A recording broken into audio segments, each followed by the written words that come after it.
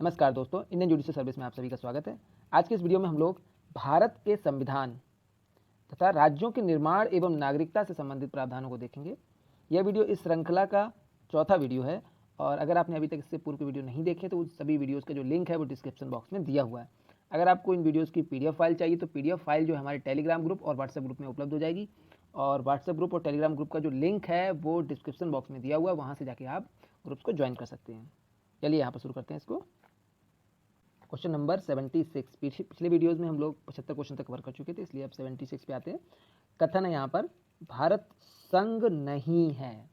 तो यहाँ पर जो कथन दिया हुआ है वो भारत संघ नहीं है, तो ये बिल्कुल गलत कथन है क्योंकि भारत एक संघ है जहाँ पर शक्तियों का अंतरण केंद्र और राज्यों के बीच में हुआ है। तो कारण देखते हैं। किसी भी राज्य का क्षेत्र, सीमा, नाम उसकी सहमति के बिना भी परिवर्तन करने की शक्ति संघीय संसद को प्राप्त है। बिल्कुल यहाँ पर ये ऑप्शन सही है, यानी जो संसद है वो किसी भी राज्य के क्षेत्र, सीमा और उसके नाम को उसकी सहमति के बिना भी परिवर्तित कर सकती है। देखिए, जब भी राज्य की सीमा, क्षेत्र, उसके नाम को परिवर्तन करना हो तो उसकी स्तुति के लिए जो है, उसके विचार के लिए जो है उसको जो है वो भेजा जाएगा उसका प्रस्ताव, और उसके बाद उस राज्य की राय ली जाएगी और जो भी उसकी रिकमेंडेशन होंगी इस राज्य की वो संसद के पास आएंगी। परंतु संसद उन रायों को मानने के लिए बाध्य नहीं है और संसद जो होती है वो अपने इच्छा अनुसार उसको कर सकती है। वो उन राय को मान भी सकती है और नहीं भी मान सकती है। तो यहाँ पर ऑप्शन, यहाँ पर कथन जो है वो गलत हो जाता है और कारण एकदम सही हो जाता है। तो देखते हैं, ए और आर दोनों सही, तो ये गलत हो जाएगा। ए और आर दोनों सही है, ये भी गलत हो जाएगा। ऑप्शन सी देखते हैं, ए सही है किंतु आर गलत है, तो यहाँ पर ए गलत था तो ये भी गलत हो जाएगा। ऑप्शन डी देखते हैं, यहाँ पर है ए गलत है किंतु आर सही है, तो बिल्कुल ये सही हो जाता है, तो आंसर हो जाएगा ऑप्शन डी। नेक्स्ट देखते हैं क्वेश्चन नंबर 77। भाषा के आधार पर राज्यों के गठन हेतु राज्य पुनर्गठन आयोग की स्थापना कब की गई? तो यहाँ पर राज्य पुनर्गठन आयोग की स्थापना की बात की गई है। तो राज्य पुनर्गठन आयोग की जो स्थापना हुई थी वो हुई थी दिसंबर 1953 में, और जो है यानी राज्य पुनर्गठन आयोग की जो स्थापना हुई थी वो हुई थी दिसंबर 1953 में। और इसकी अध्यक्षता किसने की, जिनके नाम पर राज्य पुनर्गठन आयोग बनाया गया था, तो ये की थी न्यायमूर्ति फजल अली। तो ये बहुत ही महत्वपूर्ण, याद रखिए, कई बार ये क्वेश्चन पूछा जाता है। तो यहाँ पर न्यायमूर्ति फजल अली, तो इन्हीं के द्वारा जो है इसकी अध्यक्षता की गई थी, फजल अली की। तो ये यहाँ पर न्यायमूर्ति फजल अली के द्वारा इनकी अध्यक्षता की। अच्छा, इसकी जरूरत क्यों पड़ी थी? क्योंकि इससे पूर्व जो है भाषाई आधार पर जो है 1 अक्टूबर 1953 को आंध्र प्रदेश राज्य बन चुका था और उसके बाद और राज्यों में भी इसकी मांग उठने लगी। तो इसी कारण से जो है इस राज्य पुनर्गठन आयोग की जो है स्थापना की गई। तो देखिए, यहाँ 1953 था, तो ऑप्शन देखते हैं 1856, 1953, 57, 60, तो आंसर यहाँ पर ऑप्शन बी हो जाता है। नेक्स्ट देखते हैं, निम्न कथनों पर विचार कीजिए और दिए गए कोड की सहायता से बताइए कि इनमें से कौन सही है। तो देखते हैं, भारत में यूनियन ऑफ स्टेट्स शब्द का प्रयोग हुआ है, बिल्कुल सही है। यहाँ पर भारत में यूनियन ऑफ स्टेट्स शब्द का प्रयोग हुआ है और किस अनुच्छेद में हुआ है आप सभी लोगों को बोलना है। तो ये हुआ है आर्टिकल 1 में। तो आर्टिकल 1 में जो है India that is Bharat union of state, तो इंडिया जो है वो भारत, यहाँ दो नाम लिए गए हैं और यहाँ पर यूनियन ऑफ स्टेट बताया गया है। क्योंकि भारतीय राज्यों को अलग होने का अधिकार नहीं है, ये भी बिल्कुल सही है यहाँ पर, तो ये पूरा ऑप्शन यहाँ पर सही बैठ जाता है। तो नेक्स्ट देखते हैं, एस.के. धर आयोग ने राज्यों के पुनर्गठन हेतु भाषा के आधार की अपेक्षा प्रशासनिक सुविधा को वरीयता दी थी, बहुत ही सही है यहाँ पर, ये भी ऑप्शन एकदम सही है। यानी एस.के. धर आयोग जो बना था इसने राज्यों की अपेक्षा जो है वो प्रशासनिक सुविधा को वरीयता दी थी, बिल्कुल सही ऑप्शन हो जाएगा। और लास्ट पॉइंट है, पंडित नेहरू, सरदार पटेल और पट्टाभी सीतारमैया की अध्यक्षता में कांग्रेस कमेटी राज्यों के पुनर्गठन में भाषाई आधार के पक्ष में नहीं थे, तो ये भी बिल्कुल कथन यहाँ पर सही हो जाता है। तो देखते हैं यहाँ पे ऑप्शन 1, तो यहाँ पर 1 है, तो तीनों ही कथन सही हैं, तो यहाँ पर केवल 1 और 2, और ऑप्शन सी है यहाँ पर 1 और 3, और ऑप्शन डी है सभी, तो तीनों ही कथन यहाँ पर सही हैं, तो आंसर हो जाएगा ऑप्शन डी। नेक्स्ट क्वेश्चन पे आते हैं, क्वेश्चन नंबर 79। निम्न में से कौन सा कथन नए राज्यों के निर्माण के कार्य में सही नहीं है? तो नए राज्यों के निर्माण के बारे में जो पूछा गया है, तो देखते हैं कि कौन सा सही नहीं है। अच्छा, एक प्रश्न है, आप सभी को बताना है एसके धर जो कमेटी है इसका गठन कब हुआ था और इसने अपनी रिपोर्ट कब सबमिट की थी। तो एसके धर कमेटी का जो गठन है ये कब हुआ था और इसकी रिपोर्ट कब सबमिट की। देखिए गठन मैं बता देता हूँ, इसका गठन जो हुआ था ये हुआ था नवंबर 1947 में। तो ये पहला ऐसा था जो भाषाई आधार पर जो है राज्यों के पुनर्गठन के लिए ये कमेटी बनाई गई थी। इसने अपनी रिपोर्ट कब सबमिट की ये आप लोगों को सभी को कमेंट बॉक्स में बताना है, और अगर आप नहीं बताएंगे तो अगले वीडियो में हम लोग इसका आंसर देंगे, तो आप लोग को जरूर देना है। ठीक है, तो नेक्स्ट देखते हैं। तो यहाँ पर पूछा गया यानी कि निम्न में से कौन सा कथन नए राज्यों के निर्माण के बारे में सही नहीं है। तो पहला देखते हैं, संसद विधि द्वारा एक नए राज्य का निर्माण कर सकती है। बिल्कुल यहाँ पर सही कथन है ये। जो संसद है, the parliament can constitute a new state by law, तो इट इज़ क्लियर हियर, ये बिल्कुल सही हो जाता है। नेक्स्ट देखते हैं, इस प्रकार की विधि में संविधान की पहली अनुसूची और चौथी अनुसूची संशोधन का प्रावधान होगा। तो बिल्कुल सही है, यहाँ पर जब भी नए राज्य का गठन होता है तो उसमें पहली अनुसूची और चौथी अनुसूची में संशोधन का प्रावधान होता है, तो ये भी यहाँ सही हो जाएगा। नेक्स्ट देख लेते हैं, नेक्स्ट ऑप्शन है, इस प्रकार की विधि में अनुच्छेद 368, तो अनुच्छेद 368 के प्रयोजनों के लिए संविधान संशोधन समझा जाएगा। तो देखिए यहाँ पर जो 368 के जो प्रावधान है, 368 में क्या दिया हुआ है, 368 जो है ये बात करता है अमेंडमेंट टू द कॉन्स्टिट्यूशन, यानी कि संविधान में अमेंडमेंट की बात करता है। और जो राज्यों में नए राज्यों के निर्माण की बात की जाती है तो उसमें बहुत ज़्यादा विशेष जो है परिवर्तन अमेंडमेंट की शक्तियों की जरूरत नहीं पड़ती है, सामान्य बहुमत के द्वारा ही इसको जो है पारित किया जा सकता है। इसीलिए यहाँ पर 368 के प्रयोजनों के लिए संविधान का संशोधन जो है नहीं समझा जाता है, तो ये यहाँ पर गलत हो जाएगा। लास्ट देख लेते हैं, और क्या है, इस प्रयोजन के लिए विधेयक संसद में तब तक पुनर्स्थापित नहीं किया जा सकता जब तक इसे उस राज्य के विधानमंडल को निर्दिष्ट नहीं कर दिया गया है जिसके क्षेत्र, सीमा एवं नाम का इस पर प्रभाव पड़ता है। ये भी स्टेटमेंट यहाँ पर बिल्कुल सही हो जाता है। देखिए जब भी किसी क्षेत्र के या किसी राज्य के नाम, सीमा या उसके क्षेत्र या सीमाओं में परिवर्तन किया जाता है, भौगोलिक क्षेत्र में या फिर जो है उसकी जो है क्षेत्रफल में परिवर्तन किया जाता है, तो उस राज्य को जो है उसके बारे में जो है रिपोर्ट भेजी जाती है, और ये विधानमंडल उस राज्य के विधानमंडल को रिपोर्ट भेजी जाती है, और उससे उसकी संस्तुति ली जाती है। और अगर वो जो भी रिपोर्ट मतलब अपना रिकमेंडेशन देता है, हाँ संसद उस रिकमेंडेशन को मानने के लिए बाध्य नहीं है, परंतु ये रिपोर्ट भेजना आवश्यक है, तो यहाँ पर निर्दिष्ट किया जाता है तब तक ये रहेगा। तो ये बिल्कुल भी सही स्टेटमेंट है। तो आंसर हो जाएगा इस क्वेश्चन का ऑप्शन सी, यहाँ पर 79 में सी, यानी जो राज्य के निर्माण के लिए या उनके नाम बदलने के लिए जो प्रक्रिया होती है वह अनुच्छेद 368 के प्रयोजन के लिए संशोधन नहीं समझा जाएगा। 368 जो है उसमें संविधान संशोधन की शक्ति दी गई है, तो ये चीज़ हो जाएगी। तो आंसर हो जाएगा ऑप्शन सी। नेक्स्ट क्वेश्चन पे आते हैं, क्वेश्चन नंबर 80, निम्न में से कौन से कथन सिक्किम के संबंध में सही हैं, नीचे दिए गए कूट सही उत्तर चुनिए। तो देखिए सिक्किम जो था ये बहुत ही अच्छा क्वेश्चन है। यहाँ पे सिक्किम ये 35वें संविधान संशोधन के द्वारा सिक्किम का निर्माण किया गया, तो यहाँ पर सिक्किम यहाँ पर जोड़ा गया था, और सिक्किम जोड़ने के लिए सिक्किम को विशेष शक्तियाँ दी गई थी। ये पूर्ण राज्य के रूप में ना जोड़कर आंशिक शक्ति, इसको आंशिक राज्य के रूप में जोड़ा गया था, और इसके लिए एक 10वीं अनुसूची भारतीय संविधान में जोड़ी गई थी। और ये जोड़ी कब गई थी, ये जोड़ी गई थी जो है 1974 के अधिनियम के द्वारा 1975 में। तो ये हो जाता है 1974 के अधिनियम के द्वारा जो है इसको जोड़ लिया गया था राज्य को, परंतु पूर्ण राज्य का जो दर्जा है वो सिक्किम को 1975 में मिला था, और वो किस जो है संशोधन में मिला था, वो मिला था 36वें संविधान संशोधन।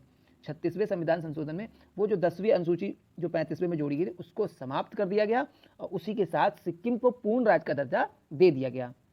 तो ये था यहाँ पे, means in 36 amendment of the constitution quash the 10th schedule of the constitution and give the full status of states to the Sikkim.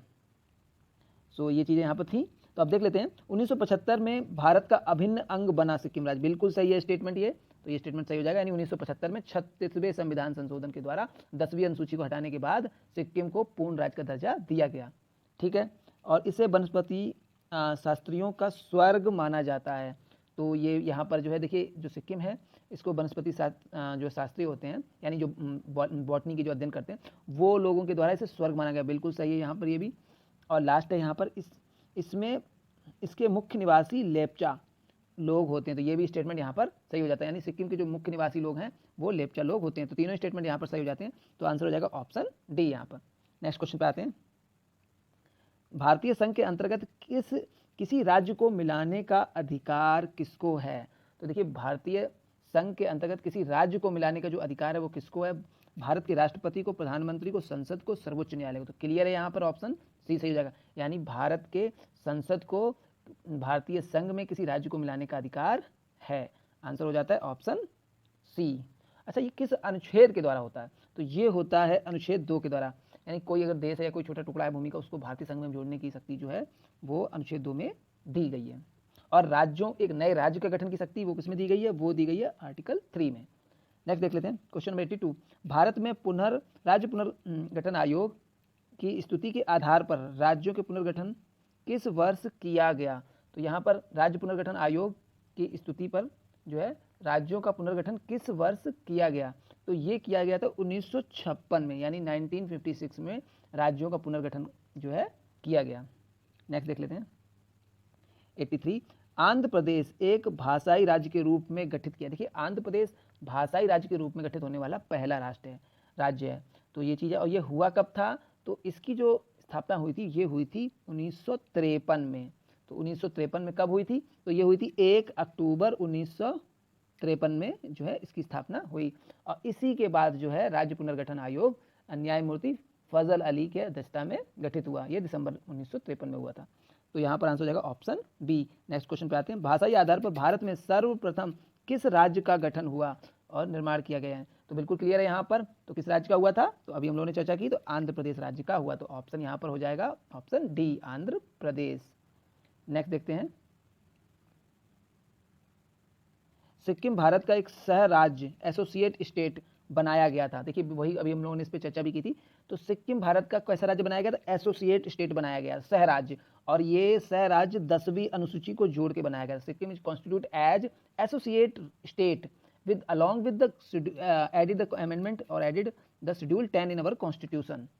So schedule 10 जो है वो जोड़ी गई थी भारतीय संविधान में, उसके द्वारा ही एसोसिएट राज्य बनाया गया था। इस शेड्यूल 10 में, इस अनुसूची 10 में विशेष शक्तियां सिक्किम राज्य को, यहाँ सह राज्य को दी गई थी।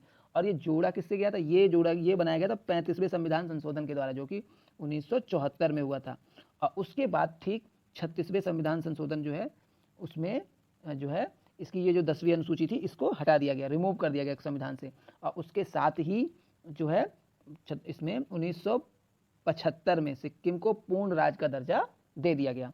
तो देखते हैं यहाँ पे पहला ऑप्शन है 30वें संविधान संशोधन, दूसरा है 32वें, और तीसरा है यहाँ पर 35वें, और चौथा है 42वें। तो क्लियर है यहाँ पर 35वें संविधान संशोधन के द्वारा सिक्किम राज्य को सह स्टेट यानी एसोसिएट स्टेट्स का दर्जा देकर भारतीय संविधान में या भारत के जो है संघ में जोड़ा गया।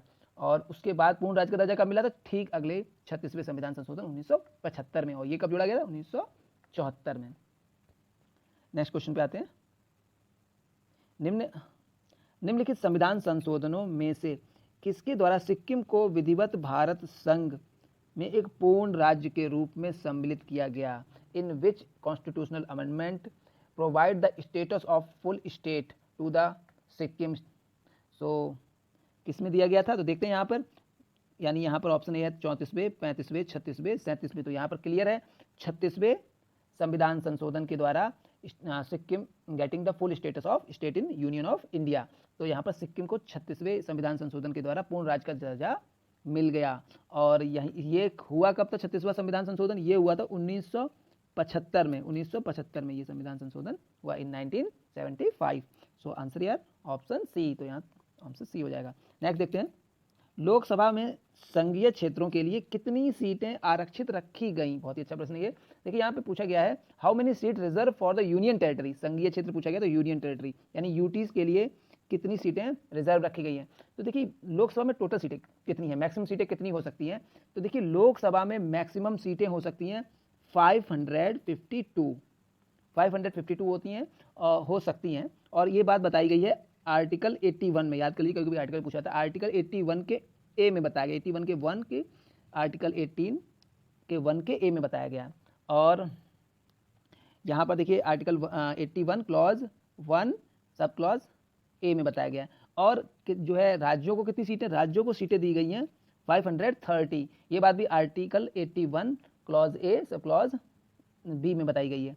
और यही चीज़ राज्यों को 530 सीटें दी गई हैं और यहाँ पर जो केंद्र शासित प्रदेश हैं उनको 20 सीटें दी गई हैं और 2 सीटें जो हैं वो दी गई हैं इंग्लो इंडियन के द्वारा, यानी राष्ट्रपति जो है 2 इंग्लो इंडियंस को नॉमिनेट कर सकता है अगर संसद में इंग्लो इंडियंस की पर्याप्त जो है बहुमत यानी पर्याप्त स्थिति नहीं है उस कंडीशन पे, तो 2 सीटें किसको मिल जाती हैं इंग्लो। तो टोटल कितना हो जाता है 552। अच्छा, इनका प्रावधान कहाँ दिया इंग्लो इंडियन, देखिए ये तो दे दिएगा सीधा सीधा क्लियर है कि आर्टिकल 81 में क्लियर कर दिया लोकसभा के लिए, परंतु ये जो 2 सीटों का प्रावधान ये कहाँ दिया, ये जो प्रावधान दिया है इसका बेसिक प्रावधान जो है ये दिया है आर्टिकल 331 में, याद कर लीजिए, यानी आर्टिकल 331 में राष्ट्रपति जो है वो 2 पर्सन इंग्लो इंडियंस को नॉमिनेट कर सकता है and Lok Sabha member as a Lok Sabha member. तो देखते हैं यहाँ पे क्वेश्चन था कि यूटी यानी संघीय क्षेत्रों के लिए कितने सीटें आरक्षित रखी गई हैं, तो क्लियर है यहाँ पर 20 सीटें आरक्षित रखी गई हैं।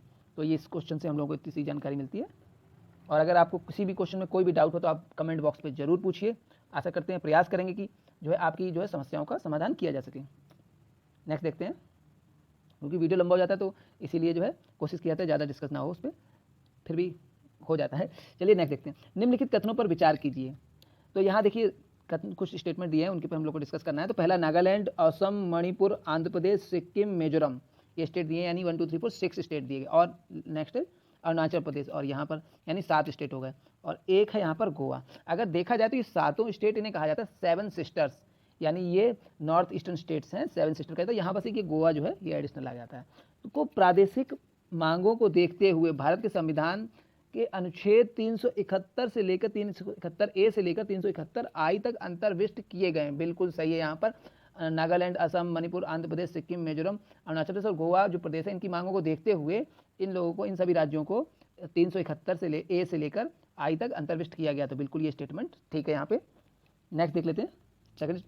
भारत तथा संयुक्त राष्ट्र अमेरिका यानी यूएसए की बात की जा रही है यहाँ पर के संविधानों में 2 राजतंत्र यानी संघ और राज्य हैं, किंतु नागरिकता एकहरी है। देखिए पहला, इसमें 2 स्टेटमेंट आते हैं इस पॉइंट 2 में। पहला स्टेटमेंट तो ठीक है, यहाँ पर देखिए संघ और राज्य अमेरिका में भी है और भारत में भी है, परंतु दूसरा स्टेटमेंट कहता है कि एकहरी नागरिकता। देखिए भारत में एकहरी नागरिकता है, यानी भारत का एक नागरिक वो पूरे भारत का नागरिक है, वो सभी राज्यों में जा सकता है, सभी राज्यों यानी उसे राज्य की नागरिकता ना होकर देश की नागरिकता है। परंतु अमेरिका में ऐसा नहीं है, तो अमेरिका में दोहरी नागरिकता का प्रावधान है, राज्यों की नागरिकता अलग है और जो है केंद्र की नागरिकता अलग है। तो ये स्टेटमेंट यहाँ पर गलत हो जाता है।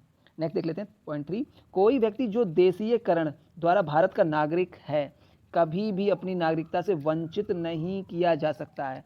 तो देखिए ये स्टेटमेंट भी यहाँ पर, यानी कोई भी ऐसा नागरिक जो देशीकरण द्वारा भारत का नागरिक है कभी भी नागरिकता से वंचित नहीं किया जाता, ये भी स्टेटमेंट यहाँ पर गलत हो जाता है। क्यों गलत हो जाता है? अगर वो व्यक्ति किसी दूसरे देश की नागरिकता को स्वीकार कर लेता है, जो जैसा कि आर्टिकल 9 कहता है कि अगर कोई व्यक्ति अपनी स्वेच्छा से किसी अन्य देश की नागरिकता को एक्सेप्ट करता है, if any person voluntarily accept the citizenship of the other countries, तो ऑटोमेटिकली भारत की नागरिकता खत्म हो जाती है। या फिर कोई ऐसा व्यक्ति है जो भारत के साथ देशद्रोह करता है या किसी दूसरे शत्रु राष्ट्र के साथ संबंध बनाता है, तो इस तरह के जो भी प्रावधान करता है, या फिर संसद किसी विधि बनाकर जो है तो इसको हटा सकते हो। ये सारी चीज़ें संसद के पास भी शक्तियाँ दी गई हैं, ऐसी शक्तियाँ संसद को जो है आर्टिकल 11 में दी गई हैं, तो इनके द्वारा जो है नागरिकता से वंचित किया जा सकता। तो ये दोनों यहाँ गलत हो जाएंगे। तो देखते हैं, पहला यहाँ बिल्कुल सही था। तो उपरोक्त कथनों में कौन से सही हैं? तो 1 2 3, तो यहाँ पहला सही है, दोनों गलत लास्ट के, तो 1 2 1 और 3, और ऑप्शन देख लेते हैं। हाँ, ऑप्शन सी है यहाँ पर केवल 3 और ऑप्शन डी है केवल 1, तो हमारा आंसर यहाँ पर क्या हो जाएगा? ऑप्शन डी, केवल एक प्रश्न जो है एक जो स्टेटमेंट था, पहला स्टेटमेंट वो सही था, बाकी दोनों गलत थे।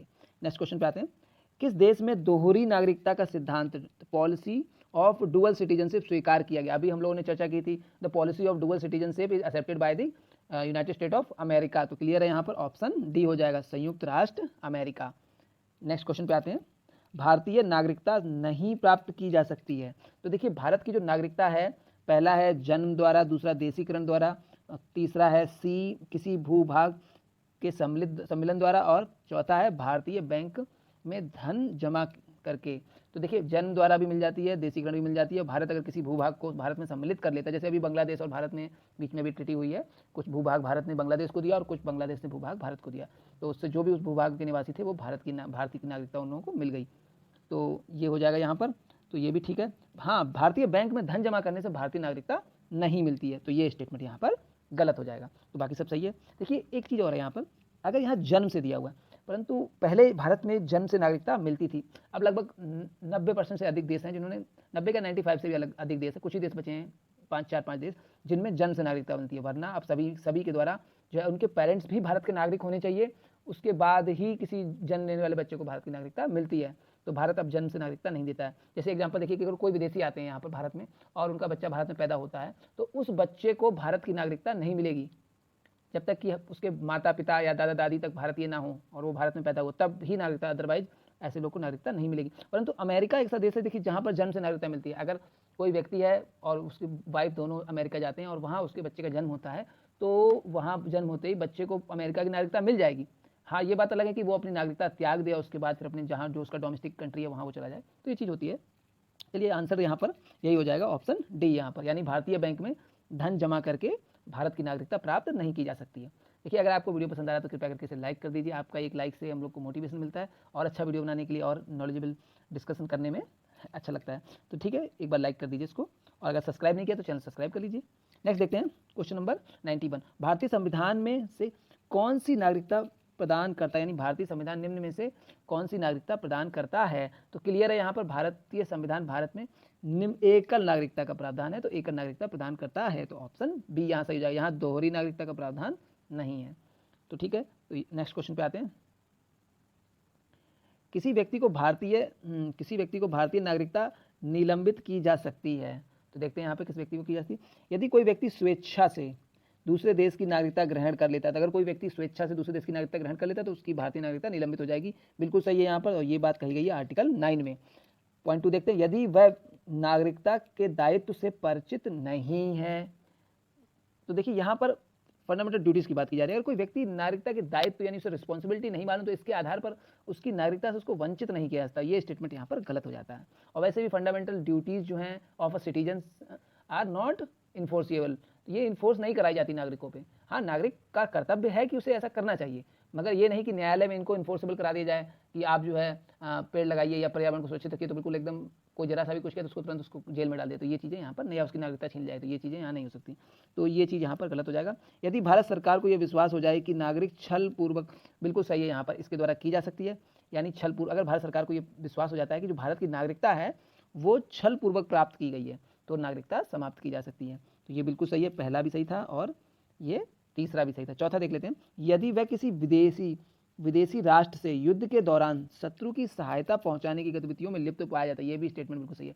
अगर कोई ऐसा व्यक्ति विदेशी राष्ट्र में से युद्ध के दौरान शत्रु यानी भारत का जो भी शत्रु देश है उसकी सहायता पहुंचाने की गतिविधियों में पाया जाता है, संलिप्त मिलता है, तो यानी any person who at the enemy country at the time of war and he engage in to aiding the such country, so the government abolish his citizenship, उसकी नागरिकता को समाप्त कर सकती है और निलंबित कर सकती है सरकार। तो बिल्कुल यहाँ पर पहला, तीसरा और चौथा बिल्कुल सही है। तो ऑप्शन देख लेते हैं। यहाँ पर पहला, तीसरा है, 1 2 3 है, 1 3 4, बिल्कुल यहाँ पर ऑप्शन सी यहाँ पर आंसर हो जाएगा। नेक्स्ट क्वेश्चन पे आते हैं। Question number 93। भारतीय संविधान में शामिल एक हरी नागरिकता किस देश के संविधान से प्रेरित है। बहुत ही अच्छा क्वेश्चन है ये, यानी जो यूनिटरी सिटीजनशिप फॉर्मूला है ये किस देश से लिया गया है इंडिया में। तो ये यहाँ पर देखिए ऑप्शन ब्रिटेन है, अमेरिका है, कनाडा है, आयरलैंड है। तो single citizenship concept is taken from the Britain, so answer is here option A. तो हमारा आंसर हो जाएगा ऑप्शन ए, यहाँ पर सही हो जाता है। नेक्स्ट क्वेश्चन पे आते हैं।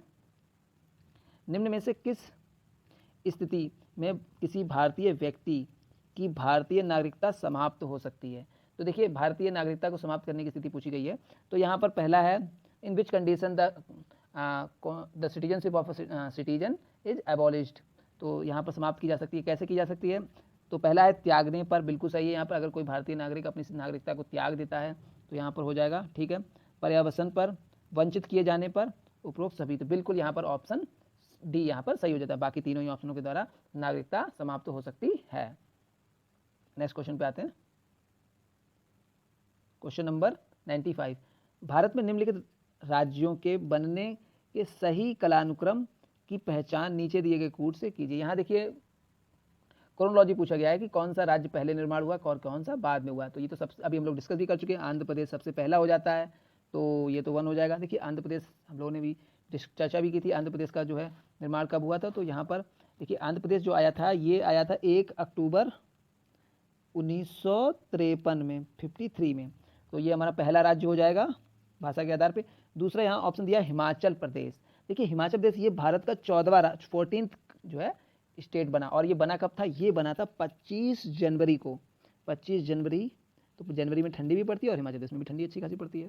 तो 1971 में हिमाचल प्रदेश भारत का 14वां राज्य बना। अगला ऑप्शन है यहाँ पर हरियाणा। देखिए हरियाणा जो है वो पंजाब से जुड़ा हुआ था, पंजाब राज्य था। भाषाई आधार पर इसको अलग किया गया था क्योंकि हरियाणा में हिंदी भाषी लोग जहाँ थे, तो भाषाई हिंदी भाषा के आधार पर इसको पंजाब से अलग किया, पंजाबी से। तो ये हो जाता है। ये भारत का कौन सा राज्य बना था? ये भारत का 13वां राज्य बना। और ये बना कब था? ये बना था 1 नवंबर 1966 को। तो 1 नवंबर 1966 को बना। लास्ट है सिक्किम। तो सिक्किम कब बना? हम लोग पिछले वीडियोस में इसके बारे में कई क्वेश्चनों में चर्चा कर चुके थे। तो सिक्किम भारत का 22वां राज्य, पहली बात तो। दूसरा, इसकी जो स्थापना हुई थी ये हुई थी 26 अप्रैल को, 26 अप्रैल 1975 को इसकी स्थापना हुई थी। अब देख लेते हैं सीक्वेंस। तो यहाँ पहला राज्य हो जाएगा, तो उसके बाद 13वां हो जाएगा, फिर 14वां हो जाएगा और फिर 22वां। तो 1 3 2 4, 1 3 2 4, यस ऑप्शन बी यहाँ पर मैच हो जाता है। तो आंसर हो जाएगा ऑप्शन बी इस क्वेश्चन का। नेक्स्ट आते हैं क्वेश्चन नंबर 96। भारत के संविधान के उद्देश्यों के रूप में आर्थिक न्याय का किसमें उपबंध किया गया है? तो देखिए भारत के संविधान के उद्देश्यों की अगर बात की जाए तो लगभग सभी उद्देश्य जो हैं वो भारत की प्रियम्बल में दर्शाए गए हैं। इसीलिए प्रियम्बल को भारतीय संविधान की कुंजी कहा गया है। कुछ लोगों ने इसको आईना भी भारतीय संविधान का कहा है। तो बिल्कुल सही है यहाँ पर। तो अब देखिए आर्थिक न्याय शब्द की बात है, यानी यहाँ पर इकोनॉमिक जस्टिस की बात की गई है। तो देखिए प्रियम्बल में क्लियर है, जस्टिस शब्द का प्रयोग किया है, न्यायिक शब्द का प्रयोग किया है और 3 तरह के न्याय की बात की गई है वहाँ पर। पहला बात की गई है सोशल, इकोनॉमिक, पॉलिटिकल, यानी सामाजिक, आर्थिक और राजनीतिक न्याय की बात भारत की प्रियम्बल यानी प्रस्तावना में की गई है। तो ठीक है, यहाँ पर देख लेते हैं।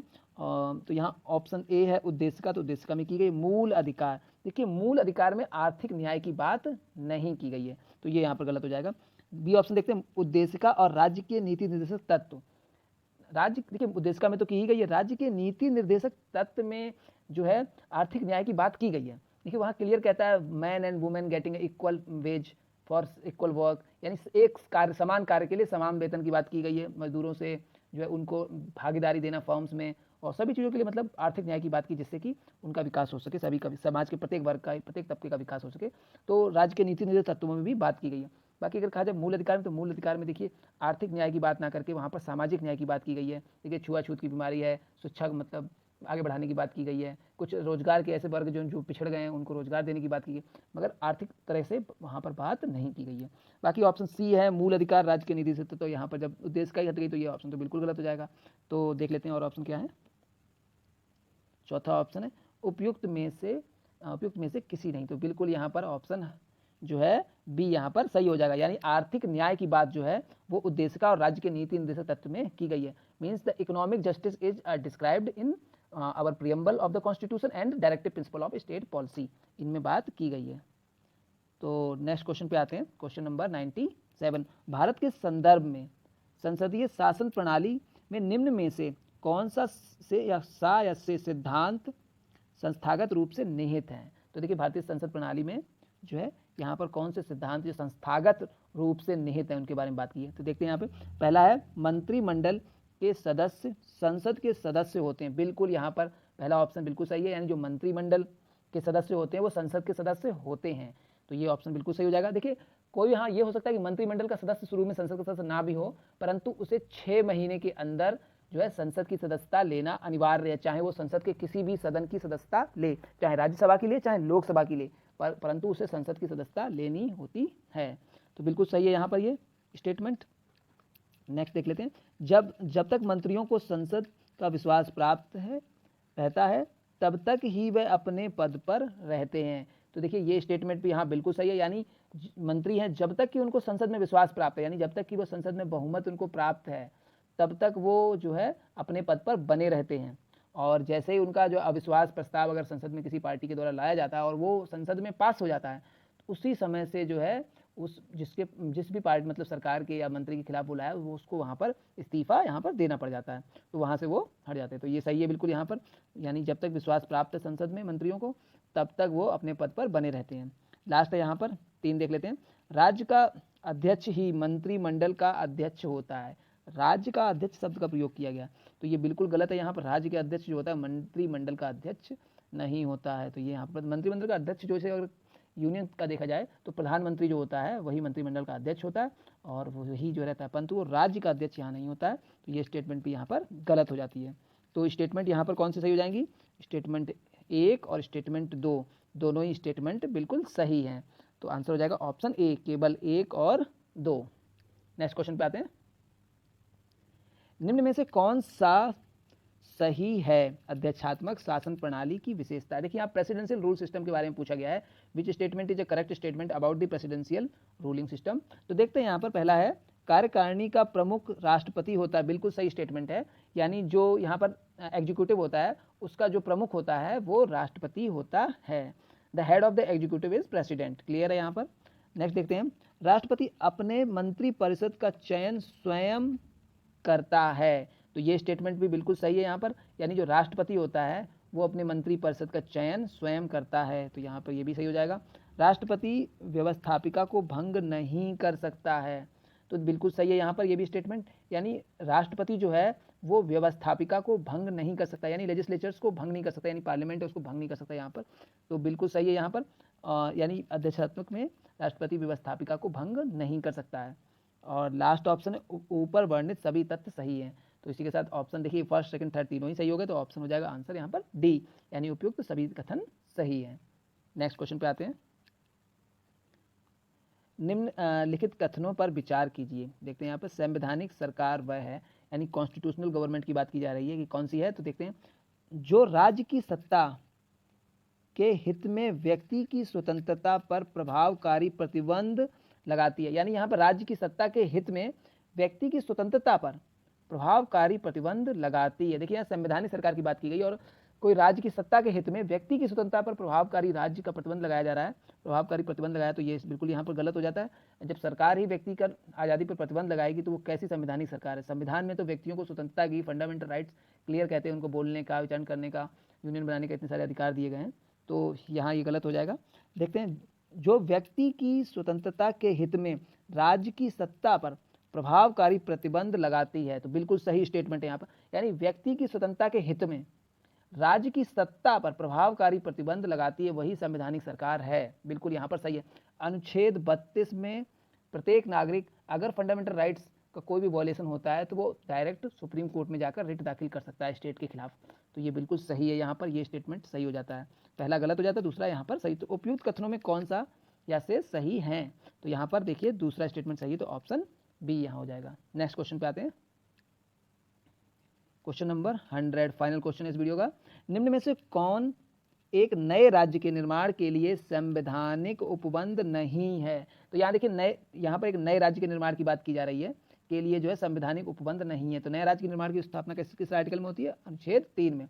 तो किसी राज्य का क्षेत्र बढ़ाकर, ऑप्शन बी है यहाँ पर, किसी राज्य का क्षेत्र घटाकर, यहाँ बढ़ाकर और घटाकर दोनों ही तरह से, किसी राज्य का नाम परिवर्तित करके, बिल्कुल सही है, एक भी ये भी सही हो जाएगा। बढ़ाकर भी हो सकती है नए राज्य का निर्माण और घटाकर भी नए राज्य का निर्माण हो सकता है, और नाम परिवर्तित करके तो हो ही सकता है। जैसे झारखंड, तो जैसे उत्तराखंड था, उत्तरांचल हुआ, उत्तरांचल फिर उत्तराखंड हो गया, तो ये जो है इस तरह से नाम चेंज हो सकते हैं। तो ये ठीक है। लास्ट ऑप्शन है, एक राज्य संघ राज्य क्षेत्र में शामिल कर सकेगा। तो ये स्टेटमेंट यहाँ पर गलत हो जाता है। देखिए यहाँ पर एक राज्य संघ राज्य क्षेत्र में शामिल हो सकेगा, यहाँ उल्टा दिया गया, नहीं एक राज्य है वो संघ राज्य क्षेत्र में शामिल हो सकेगा, तो ये स्टेटमेंट एकदम सही नहीं है। तो ये यहाँ पर संवैधानिक उपबंध नहीं दिया हुआ, तो आंसर हो जाएगा ऑप्शन डी यहाँ पर। इसी के साथ इस वीडियो को, चलिए ठीक है, इसी के साथ इस वीडियो को समाप्त करते हैं। नेक्स्ट वीडियो में हम लोग अगले 25 प्रश्नों पर मिलेंगे। अगर ये वीडियो आपको पसंद आए तो कृपया करके इसे लाइक कीजिए, और अगर आपने अभी तक हमारे चैनल को सब्सक्राइब नहीं किया तो चैनल सब्सक्राइब कर लीजिए और बेल आइकन का बटन जरूर दबा दें, जिससे आगे आने वाले वीडियोज़ का नोटिफिकेशन आप सभी को मिल जाए। Thank you for watching Indian judicial service.